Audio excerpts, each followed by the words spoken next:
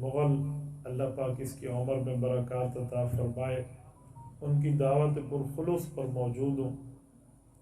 ہمارا آج کا یہ پروگرام تقریباً 4 ماہ قبل طے ہوا تھا، اور رب کریم کے کرم، شکر، فضل، احسان، امتنان سے اللہ تعالیٰ نے آپ تک پہنچا دیا۔ عقیدہ ختم نبوت کی کانفرنسز پوری روئے زمین پر 6 بر اعظموں میں انسان ہے تو تقریباً ہر بر اعظم پر مسلمانان یہ کانفرنس کرتے ہیں۔ ان کانفرنسز کا مقصد یہ نہیں ہے کہ صرف ختم نبوت زندہ باد کا نعرہ لگائیں، اونچی آواز سے جواب دیں اور گھر چلے جائیں۔ ہم ملک پاکستان کے شرق و غرب میں گھومتے ہیں۔ ابھی مولانا فرما رہے تھے مجھے آ کر کہ میں نے کوئٹہ میں 3 پروگرام تشکیل دینے، آپ نے ہمیں یاد رکھنا۔ تو یہ جو پوری دنیا میں ہم گھومتے ہیں، کس لیے گھومتے ہیں؟ صرف نعرے بازی کی حد تک، اشتہاروں کی حد تک؟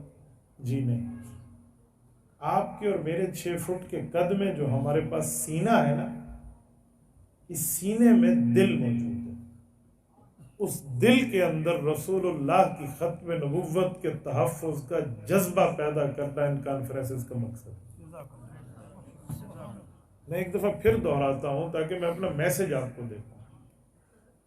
اس سینے میں جو دل ہے نا، اس دل میں تحفظ ختم نبوت کا جذبہ پیدا کرنا، یہ ہماری کانفرنسز کا مقصد ہے۔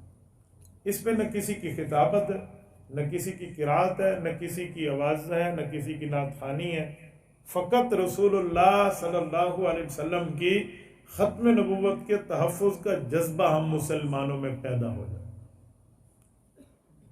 وجہ پتہ کیا ہے؟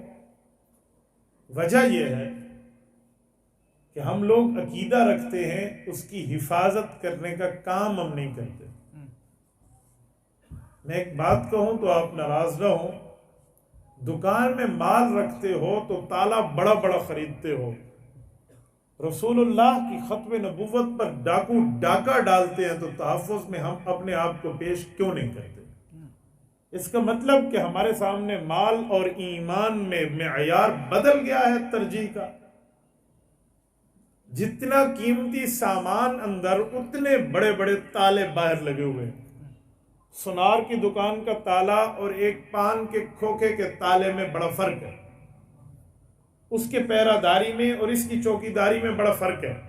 تو بھائی، جو دل میں رسول اللہ کی ختم نبوت کے لیے ہمارا ایمان موجود ہے، اس پر کوئی ڈاکو حملہ آور ہو تو اس کے تحفظ کا ہمارے پاس سامان کہاں ہے؟ یہ ختم نبوت کانفرنسز آپ کو دے رہے ہیں۔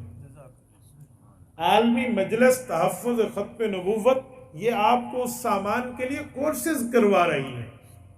اس میں نہ کسی کی خطابت پہ آؤ، نہ کسی کی قرات پہ آؤ، نہ کسی کی نعت خوانی پہ آؤ۔ ختم نبوت کا نظریہ اہل حق علماء نے بیان کرنا ہے، عالمی مجلس نے ہمارے لیے اسٹیج سجانا ہے، اور ہم نے اپنے دل میں یہ تحریک پیدا کریں گے۔ میں اس لیے آپ حضرات سے بات لے رہا ہوں کہ اسٹیج سیکرٹری صاحب نے فرمایا خطابت کے جوہر دکھائیں۔ کیا ضرورت ہے خطابت کے جوہر؟ میں کوئی ادھر تقریری مقابلے میں آیا ہوں؟ میں ادھر تحریک پیدا کرنے آپ کے پاس آیا۔ مجھے خطابت آئے یا نہ آئے، میں خطابت پہ بات کروں یا ایسے باتوں میں بات کر لوں، نو ایشو۔ بات یہ ہے کہ ہم لوگ رسول اللہ کے محافظ بنیں۔ میں اسکول کے استاذ ہوں، اپنے دائرہ کار میں کام کروں۔ میں پرنسپل ہوں، اپنے دائرہ کار میں کام کروں۔ میں تاجر اور دکاندار ہوں، اپنے حلقے میں کام کروں۔ میں قلم کار، چمتکار، پتہ نہیں پترکار اور صحافی ہوں تو میں اپنے حلقے میں کام کروں۔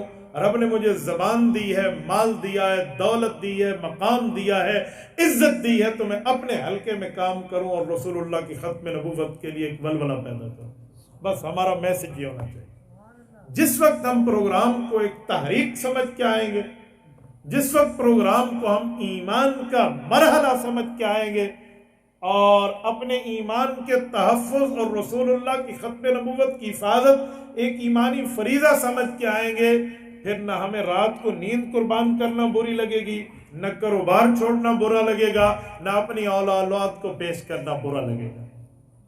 بھائی، یہاں یہ ایمانی تحریک کا معاملہ۔ جیسے شب جمعہ کو آپ دین سمجھتے ہیں نا کہ وہ دینداری کا کام ہے، مدرسے کو دین سمجھتے ہیں کہ وہ دینداری کا کام ہے، خانقاہوں کو دین سمجھتے ہیں کہ وہ دین کا کام ہے، تو ختم نبوت کا کام بھی دینداری کا کام ہے۔ یہ کسی کام سے پیچھے کا کام نہیں ہے، اس کو صرف ایسے ایک جلسے کی بنیاد نہ سمجھے۔